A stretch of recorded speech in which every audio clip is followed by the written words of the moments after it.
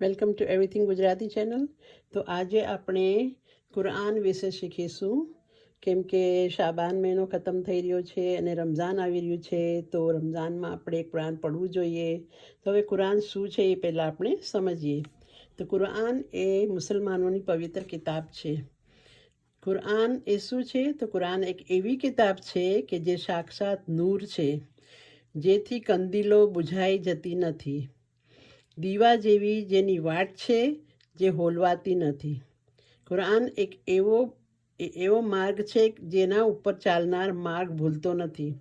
કુરાન સંપૂર્ણ શિફા છે, દિલો માટે શિફા છે કે કુરાન પડવાથી એમાં શિફા મળે છે આપણને. તેના નૂરથી શિફા મેળવો. એક એવું ઝરણું છે કુરાન કે જેને કોઈ સૂકવી શકતું નથી.